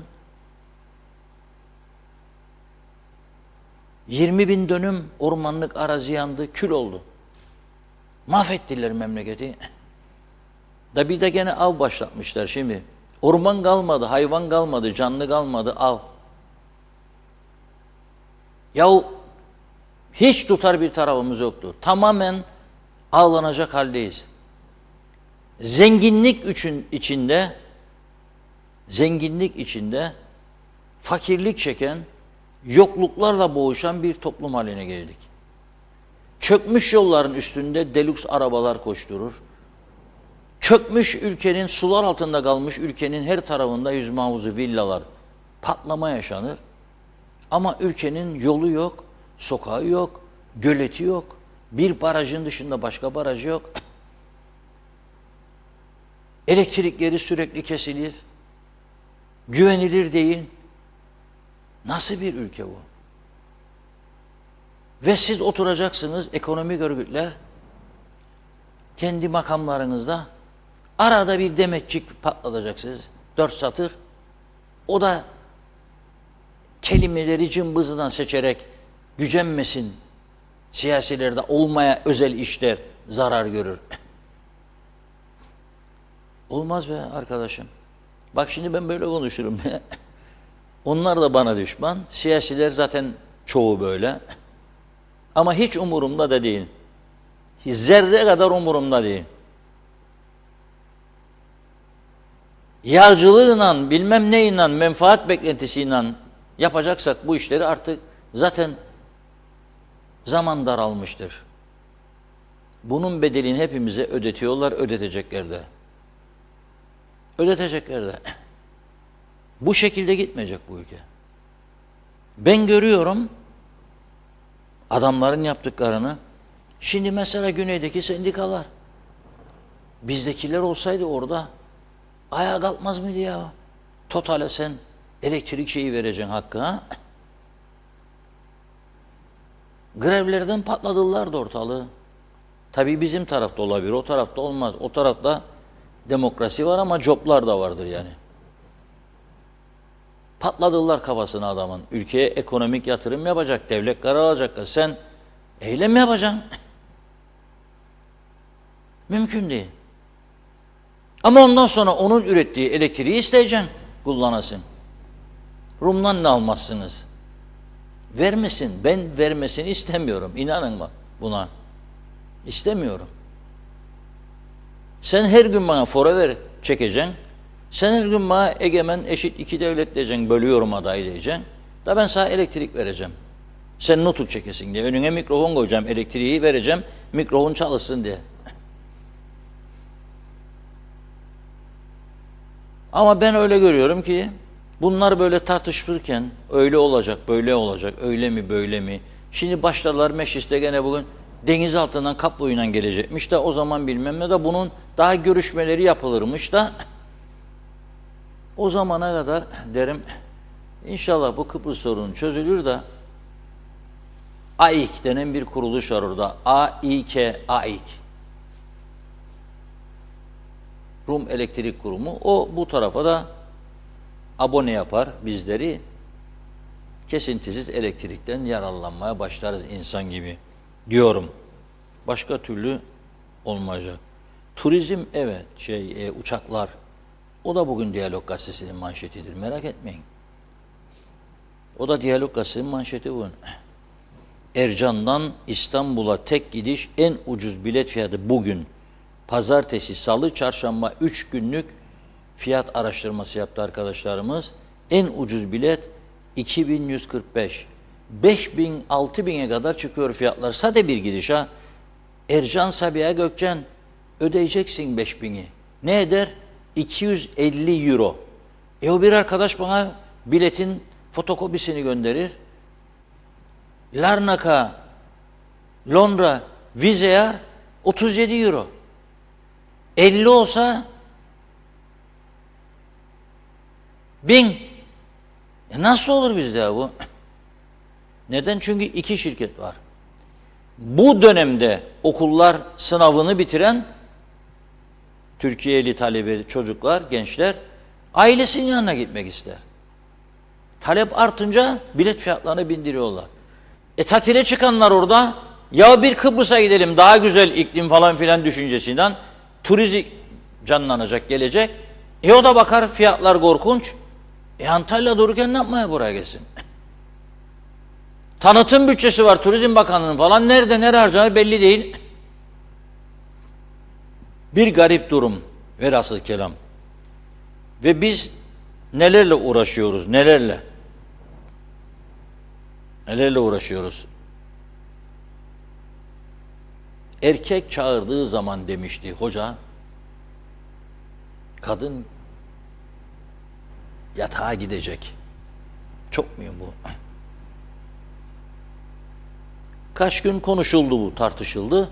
Hafta sonu yağmur, elektrik kesintisi derken gündemden çıkmış idi. Hadi bakalım meclis bugün toplandı. Gündeme geldi. Mecliste. Başbakan yok. Başbakan yardımcısı da yok. Konuşmak istememiş başbakan yardımcısı. Demişler ki hükümet adına Erhan Arıklı Bey konuşsun. Erhan Arıklı Bey, Din İşleri Başkanı Ahmet Ünsal'ın konuşması hakkında önce şunları söyledi. Bir ilahiyatçı olarak Ahmet Ünsal'ı vicdanıyla baş başa bırakıyorum. İslam'ın kadınları birçok konuda erkekten daha üstün kıldığını söyleyen Arıklı, zaman içinde uydurma hadislerle bu hakların gasp edildiğini, kadına Kur'an'ın verdiği hakları aynen iade edilmesi gerektiğini söyledi. Ünsal'ın sözlerinde dayatma, zorlama olmadığını, bir fikir ortaya atıldı diyor. Bunun o çerçevede değerlendirilmesi gerekir diyor. Fikirler diyor, kendi şahsi düşüncesi olarak aktarmadı diyor. Bir takım uydurma hadislerden yola çıkarak bu tip şeyler ortaya atıldı diyor. Baskı ve dayatmanın değil, nasihatın söz konusu olduğunu, Ünsal'ın düşüncesini aktardığını, bir ilahiyatçı olarak Ahmet Ünsal'ı vicdanla baş başa bırakıyorum dedi. Tabii bu arada salon o sırada muhalefet milletvekillerinin tepkisiyle gerildi. Bu defa Erhan Bey sinirlendi, gerildi ve bakın neler söyledi.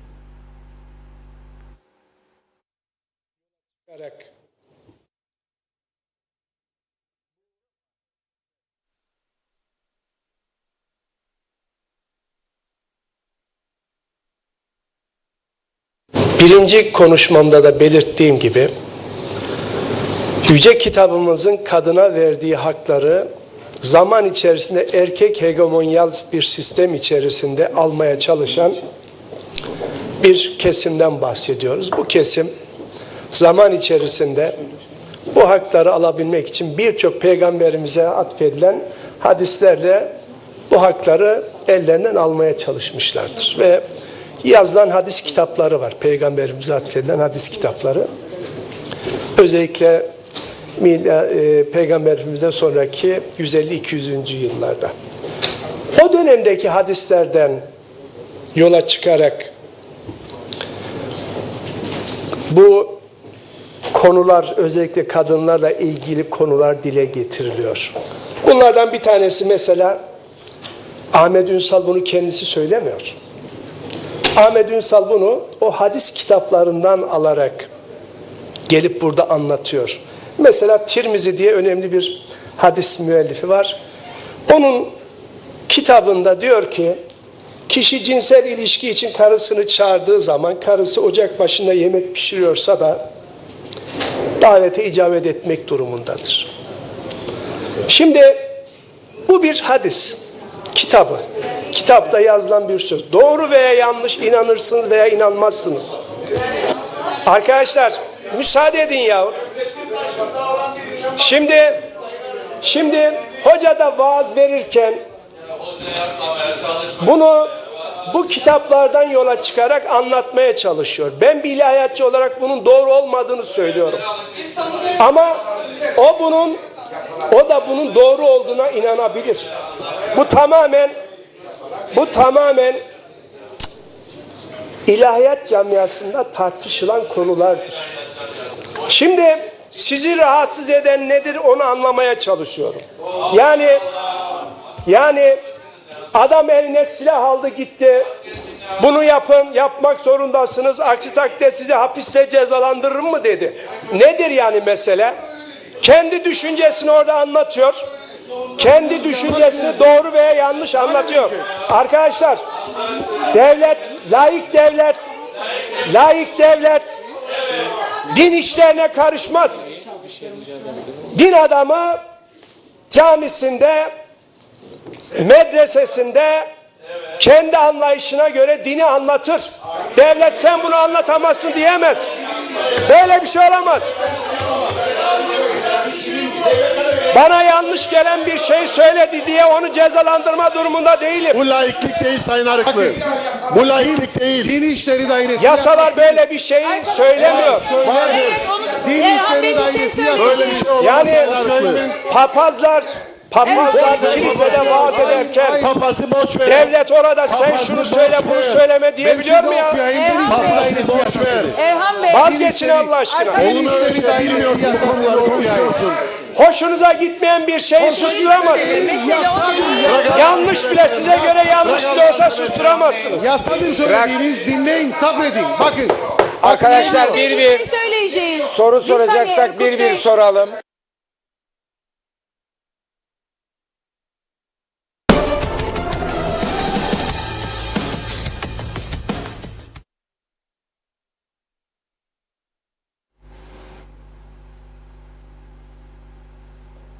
Evet.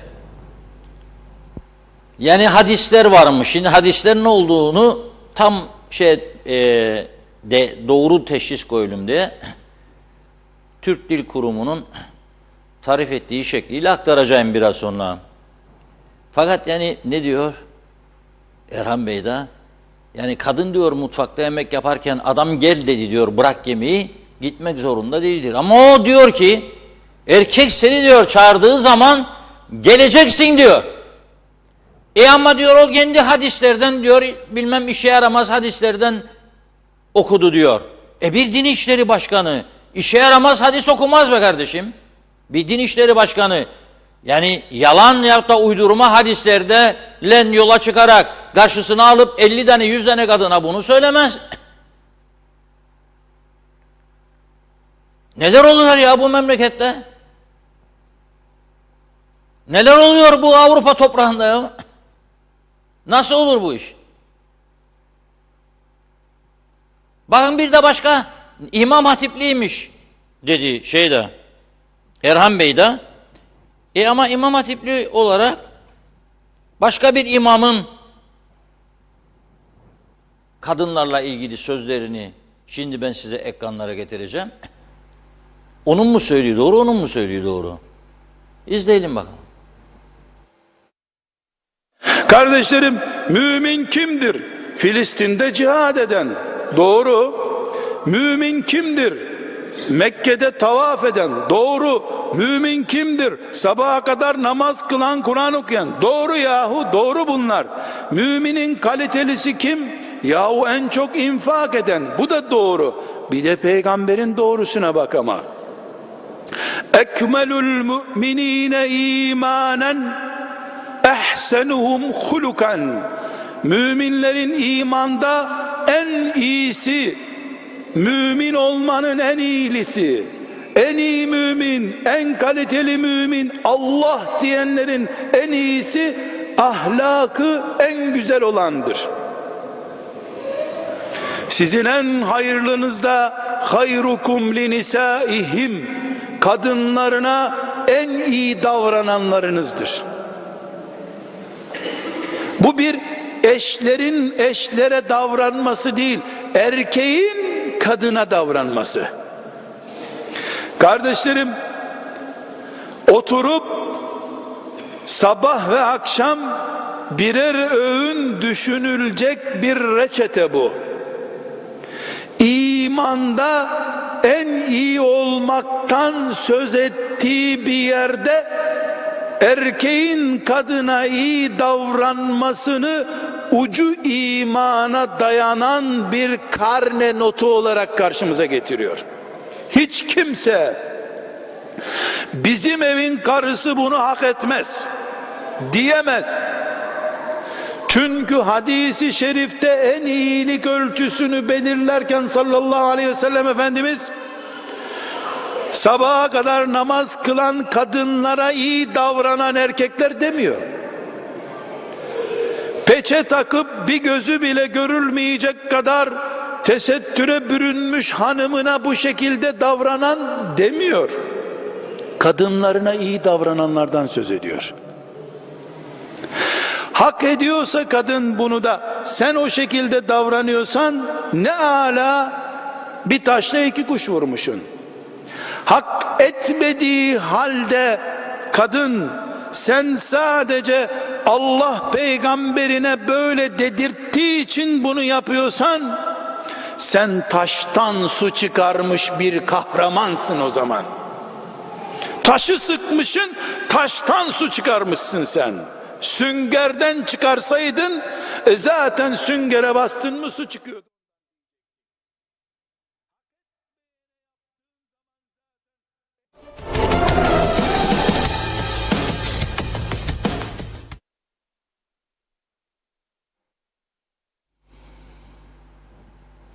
Evet, bu da imam Nurettin Yıldız. Bizim hoca da imam, başkan, profesör, büyük eğitimlerden geçmiş. Nasıl olur ya? Yani hadisten yola çıkarak, diyerek böyle şey konuşulur mu? Yani bir devletin görevlisi. Fakat belli ki iktidar kanadı herhangi bir adım atmak istemiyor bu konuda. O zaman da böyle olunca tabii devletin etkinliği, etkisi tartışılır hale geliyor. Hadis, Türk Dil Kurumu sözlüğüne göre 2 anlamı var diyor. Bunlardan ilki Hazreti Muhammed'e ait söz ve davranışlardır. İkinci ise bu söz ve davranışları incelemeye yarayan bilim dalı anlamına gelmektedir diyor.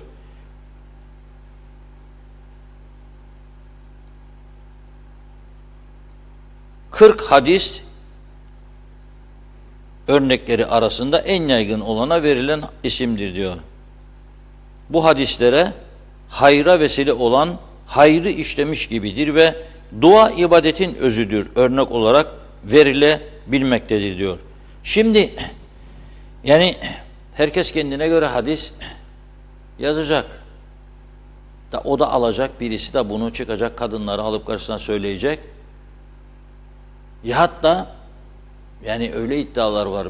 Ben Kıbrıs'ta duymadım ama Türkiye'de eğer sen bunu yapmazsan cehenneme gideceksin falan da deyip da böyle korku da vererek yaptırıyorlar. Olmaz. Yani bu kabul edilebilir bir durum değildir. Ve belli ki tekrar ediyorum hükümet bu konuyla ilgili herhangi bir önlem alma niyetinde değildir. Soruşturma başlatılması yönünde bir karar almışlar. Fakat o karar ne zaman soruşturulacak, kimler tarafından soruşturulacak Allah bilir. Hava yollarında soruşturmuşlardı, sonuç yok. Elektrik kurumunda soruşturmuşlardı, sonuç yok. Camiden çalan halılar içinde soruşturma açılmıştı, yok. Şimdi hocanın sözleri tartışılır da paha biçilmez değerdeki halılar nerede ya? Bu kadar basit mi ya bir ülkenin bir dini ibadet yerinden değerli halıların çalınması, avizelerin çalınması bu kadar kolay mı? Bakın Rumlara aradan kaç sene geçti ya? 74'ten bugüne. 49 yıl geçti adamlar. Bizim elimizin altında olan, kuzeyde bizim yönetimimizde, kontrolümüzde olan yerlerden çalınan ikonları buluyorlar. Almanya'dan, Japonya'dan, Amerika'dan getir diyorlar. Para harcıyorlar, emek harcıyorlar. O kadar bağlıdırlar insanlar kendi hassasiyetlerine, kendi özelliklerine, kendi dini inançlarına göre yapılmış eserlere. Biz nelerle uğraşıyoruz? Kadına erkek çağırırsa gideceksin diyor. Ya o kadın belki moleye pişirir o saat ya. Nasıl gidecek moleye kokuların içinde? O da benim her taraf kokuyor zaten diyecek belki. Olur mu ya böyle şey ya? Okuma yazma oranı %95 olduğu Kuzey Kıbrıs'ta biz neleri konuşuyoruz ya? Memleket sular altında kaldı kardeşim. Sular altında kaldı. Elektrikler gider gelir. Yandık Allah. 1 milyon, 1,5 milyon üsteline ev satarlar iskelede. Sayaç çok be kardeşim. İnşaat elektriğiyle oturuyor insanlar. Gülerler be size. Hakaret ederler size. Bir elektrik sayacını bağlayamıyorsunuz siz. 1 milyon üstelinik ev satarsınız. Evi satanları alıp başka işler için kullanırsınız. Paralarını istersiniz, desteklerini istersiniz. Da sonra elektrik sayacı bile getir demezsiniz bu ülkeye siz ya. Bu kadar zordur. Ya eğer niyetiniz olsa sabah gider alırsınız Adana'dan, Mersin'den getirir takarsınız be. Ya da gidersiniz Lefkoşa Rumkesi Metehan'dan 15 dakika sonra alın gelin kalkın sayaçları. Bir hale prosedür boğuldunuz ve memleketi de boğdunuz. Bu kendi işe yaramaz sahte prosedürlerin içinde. Tutar hiçbir tarafınız yok. Hiçbir tarafınız yok. Boğdunuz insanları, boğdunuz memleketi. Yazık ya. Sayaç çok be kardeşim, sayaç çok aylardır.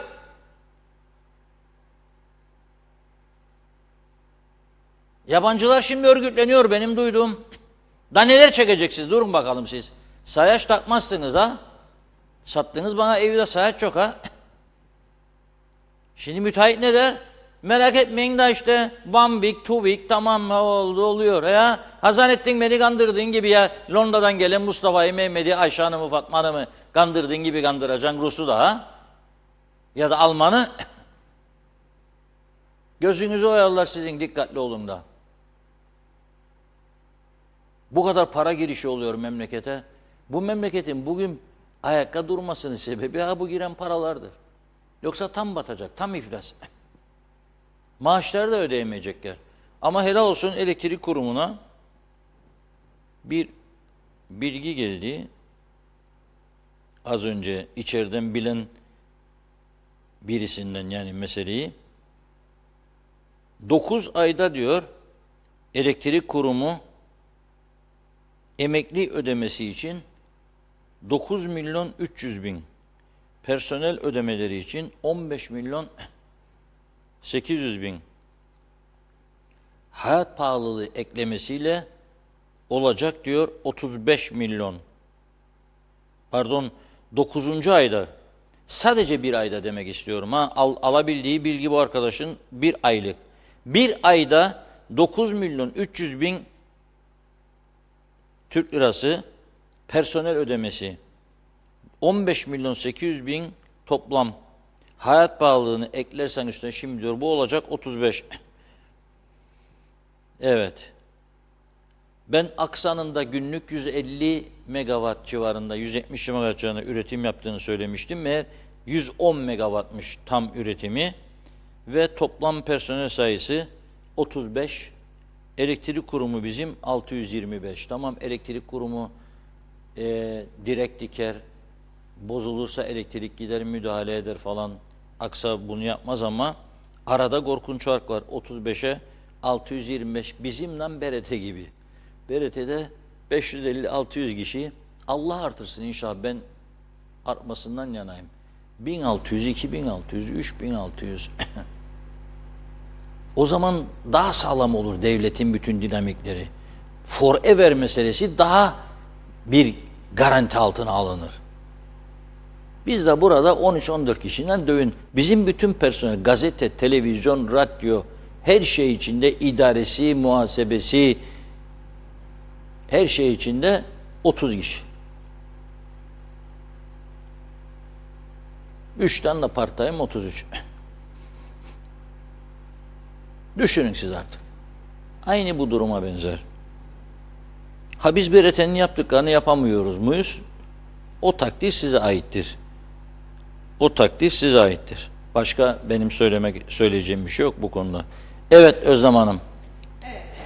Salih Kanal bizlerle. Elektrikler düzeldi, şimdi memlekette benzin yok. Bu kadar kötü yönetim hiçbir dönem olmadı. Bunlar kadar da olmayacak dedi. Ercan Mehmet Gürkanlar bizlerle. Yayın gitti. Böyle mi olmalı Kuzey Kıbrıs Türk Cumhuriyetimiz? Yazıklar olsun. İyi akşamlar Reşat Bey, Özlem Hanım dedi. Yılmaz Nasiboğlu. Reşat Bey, Kıptek darphanedir, asla batmaz. İdari yanlışlıklardır Kıptek'i bu durumlara düşüren. Ciddi bir yönetim Kıptek'i en geç 2 yılda ihya eder dedi. Doğan Palyalı bizlerle. Nicedir bu söylemler, fakirlikten çok insanın beyni iflas etti veya etmek üzere. Beyin kalmazsa vücudu hangi güç idare edecek dedi. Cemal Sinekçi bizlerle. İyi akşamlar, yağmur yağıyor, 2 gün konuşuyoruz. Orayı burayı su bastı, yağmur duruyor, konuşmalar bitiyor dedi. Yangın çıkıyor, 2 gün helikopter alımı konuşuluyor. Yangın bittiğinde konuşma da bitiyor. Böyle günler geçiyor dedi. Elif Bağbaşı bizlerle. İyi akşamlar, iyi yayınlar Aynur Yarkın dedi. Karşılıklı konuşmaları atlıyorum. Oldukça uzun bir diyaloglaşma olmuş izleyiciler arasında. Fikriye Hüseyin Kılıç bizlerle. İyi yayınlar. Dere yatakları temizlenmezse bu ülke daha çok mağdur olacak. Çünkü sorumsuzluk çok dedi. Nilüfer Canova bizlerle. Reşat Bey, Manisa İskele çift şerit yolu korku filmi gibi, sıfır ışık, yağmur da yağıyor, çemberler kapkaranlık, bari çemberlere olsun güneş enerjisi koysunlar dedi. Mehmet İnancı, 48 yıldır yağ satıyorlar, bal satıyorlar, halkın da canına okusunlar Sayın Akar dedi. Bunlardan bu lez bile olmaz yorumunda bulundu. Celal Harun, iyi bir siyasetçinin özellikleri yaptığı bir siyaseti sadece makam ve mevki sahibi olabilmek için değil, halkına ve sahip olduğu düşüncelere en iyi doğrultuda hizmet edebilmek için yapmalıdır dedi. Seçilmeyince veya aday olmayınca çevresini dağıtmamalı, halkın huzuru için elinden geleni yapmaya devam etmelidir dedi.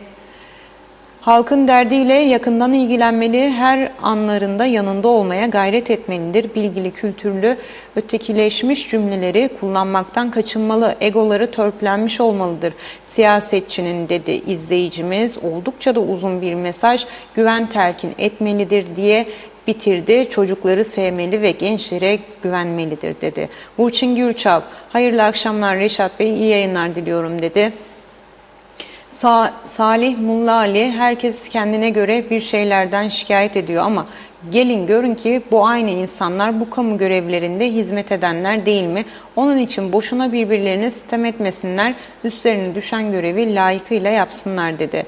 Ne köy kaldı ne ova dedi Doğan Falyalı. Yazda piknik yapıyorlar, dereler gümbürdüyor dedi. Şimdi yağmurla gümbürdüyor ovalar dedi. Yılmaz Nasipoğlu bizlerle deniz altından elektrik getirme sanki uzatma kabloyla elektrik alacağını mı zannediyorlar dedi. Bugün bu proje hazır olsa ancak 5 yıl sonra belki gerçekleşebilir dedi. Yılmaz Nasipoğlu ekledi, hayal görmeye gerek yok dedi. Zaliha Adman bizlerle hayırlı yayınlar diledi. Salih Mulla Ali, yakında camiye mescide gitmek mecbur olacakmış dedi. İzzet Kahraman, Sayın Reşat Bey, özür dilerim dedi. Kadın bayanlar Allah yardımcınız olsun. Yeni doğmuş çocuğunuz varsa bebek bakma. Anlayamadım maalesef. Mehmet Şenler, iyi yayınlar kolay gelsin dedi. Ayşe Güner Mertcan, Tanrı cümlemizi korusun Londra'dan Güner Bey dedi. Mehmet İnancı, senin işinde hikaye dedi. Sayın Arıklı dedi Mehmet Bey. Kıbrıslı'nın hiçbir din adamına ihtiyacı yoktur Arıklı Bey dedi. Aslı Niyazi bizlerle, en çok da bu adamın hükümetten gitmesini istiyorum. Biz bu geri düşüncelere layık değiliz. Biz layık Atatürk çocuklarıyız dedi izleyicimiz. Turgay Gezen, Türkiye tarafından buradaki seküler yapıyı İslami esaslara göre değiştirmek için gönderilen Din İşleri Başkanı anayasal suç işlemiştir. Demokratik ve layık bir ülkede bu şekilde bir konuşma suç teşkil etmektedir. Bunu ifade özgürlüğü deyip geçiştiremezsiniz. Dolayısıyla bunun hukuki karşılığı olarak bu şahsın görevden alınarak yargı huzuruna çıkarılması gerekmektedir dedi. Ataken Korer, Arıklı doğru konuşmadı dedi izleyicimiz. Cemaat kurup devleti yıkacak dedi. Ne isterlerse yapsın, olur mu böyle şey dedi. Hasan Yalınca bizlerle, daha durum bunlar iyi günler. Kıbrıs Türk'ünün çok daha kötü günler bekliyor. Her toplum hak ettiği şekilde yönetilir dedi. Ali Berber, iyi yayınlar. Hoca böyleyse cemaat ne yapsın dedi. Sibel Serim bizlerle, iyi yayınlar diliyorum. Sayın Arıklı'nın konuşmasına sadece vah vah diyorum dedi. Necdet Mavigözlü, hangi Kur'an'da yazıyor Arıklı'nın söylediği, dalga geçiyorlar insanlarla, sadece Müslüman dinindedir bel altında konuşmak, buraya beğenmeyen geldiği yere gitsin demiş izleyicimiz. Ömer Bozkara vezirler bizlerle, Arıklı konuşacak başka bir şey bulamadı mı? Terbiyesizlik diz boyu dedi. Ne bakan olur ne de vekil dedi. Kendilerinin ne zekada ve zihniyette oldukları ortadadır. Bunlar ve bunlar gibilerin yüzünden insanlar da dinden soğudu. Reşat Bey, lütfen siz de bunları yayınlamayın artık dedi. Mehmet İnancı, emekli Anayasa Mahkemesi üyesi ve Ombudsman Sayın Emine Dizdar'la sosyal medyadan gerekli cevabı verdi. Yasa diyor ki Kuzey Kıbrıs Türk Cumhuriyeti'nde bu söylemi yapanlar cezalandırılır. Yücel Barbaros, hoca her şeyi açıkladı da sayıyı miktarı açıklamadı dedi. İsmail Bükülmez,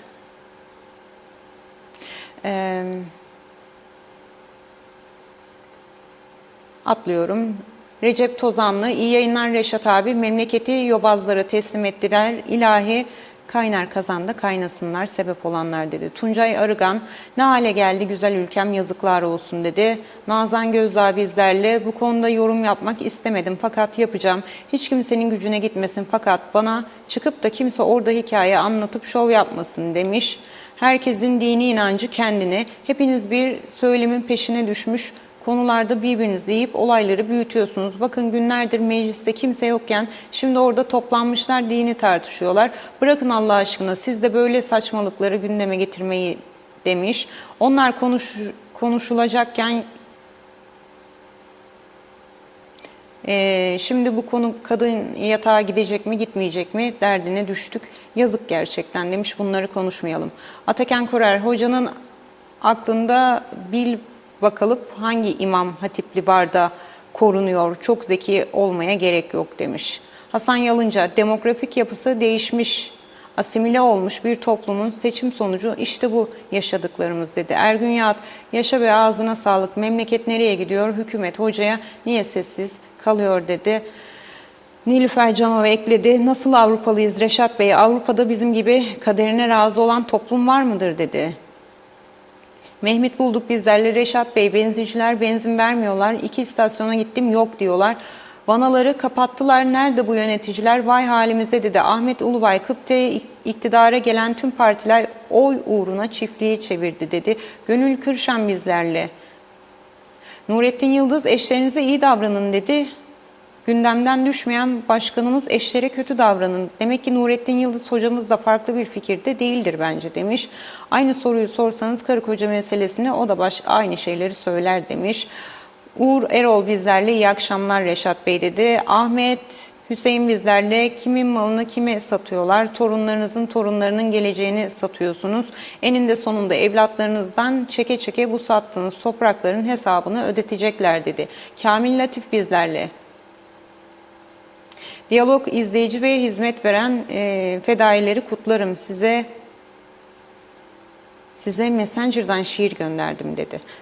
Salih Mullali, şükürler olsun yağmur yağdı ama gene de elektrik az, çok var, hamdolsun dedi. Nihat Aras bizlerle, iyi yayınlar, bir değil birçok yerde 95 benzin yok maalesef dedi. Vacit Davulcu bizlerle, iyi akşamlar Reşat Bey. Arkadaş, memleketimizi yöneten zavallılar ne hale düştü? Avrupalılar uzay keşifiyle ve teknoloji yarışında, bizim yönetici beceriksizler belden aşağı belden yukarı örtülü edebiyat peşinde. Bu olayın sebebi seçmen kölelerin seçtiği zavallı, makul ve beceriksiz kişilere yetki vermelerinden kaynaklanmaktadır dedi. Mustafa Subaşı, iyi yayınlar diliyorum sizlere, selamlar dedi. Ahmet Yusufoğlu, Kıbrıs'ın kuzeyinde körler sağırlar birbirini ağırlar durumu var. İktidarda aynı, muhalefette böyledir dedi. Salih Mullali'ye ekledi. Belki de biraz Allah korkusu olsaydı bu kadar tutanın elinde kalma yalım düzeni olmazdı dedi. Mehmet Kurtulmuş bizlerle, kaçırdım buldum. Hayırlı akşamlar Özlem Hanım, Reşat Bey iyi yayınlar diliyorum. Allah'ım sizleri nazarlardan korusun dedi. Evet, Çağatay Doluner bizlerle, işin ilginç yanı Hacı Hoca'nın söylediklerine katılıp uygulayan birçok insan var bu ülkede dedi. Son mesajımız da böyleydi. Dilinize, emeğinize, ellerinize sağlık efendim. Kaçırdığım mesajlarda muhtemelen vardı. Affola şimdiden. Çok teşekkür ediyoruz. Evet Reşat Bey.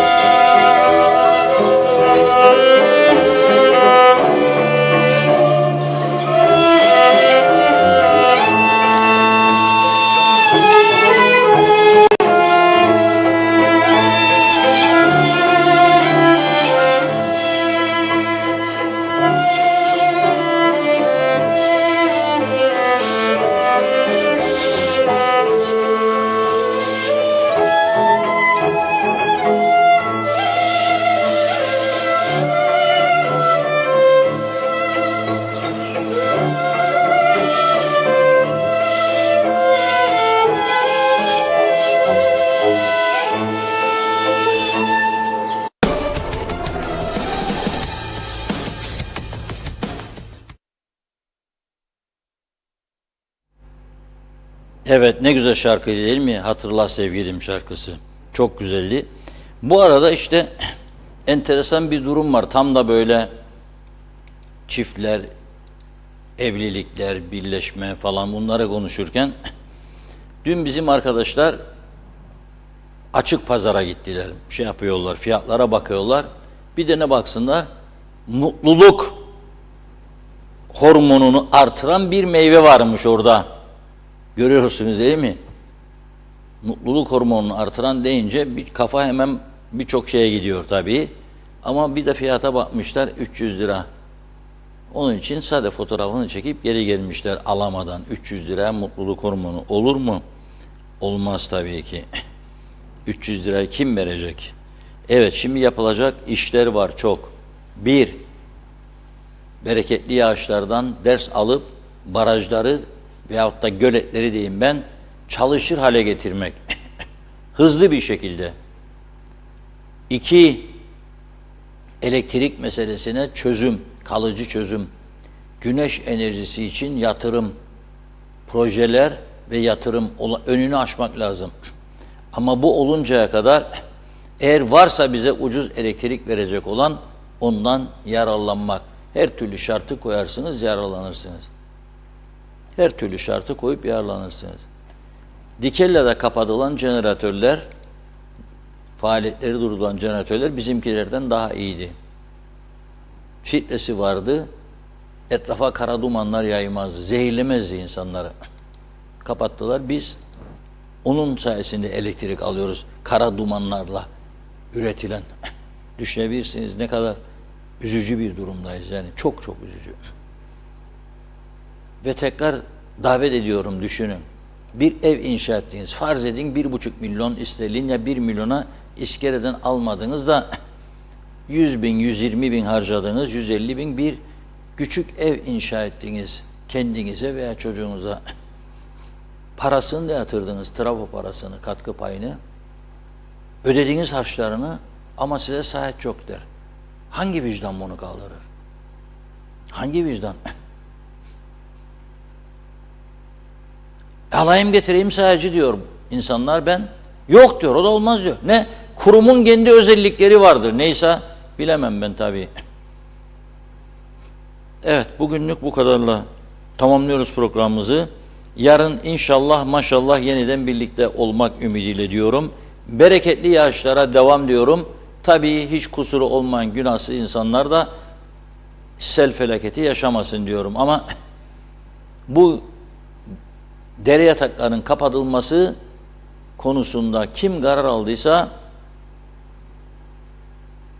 onlar vicdanlarına bir danışsınlar diyorum. İnsanlığa hiç iyilik yapmadılar. Tam tersi kötülük yaptılar.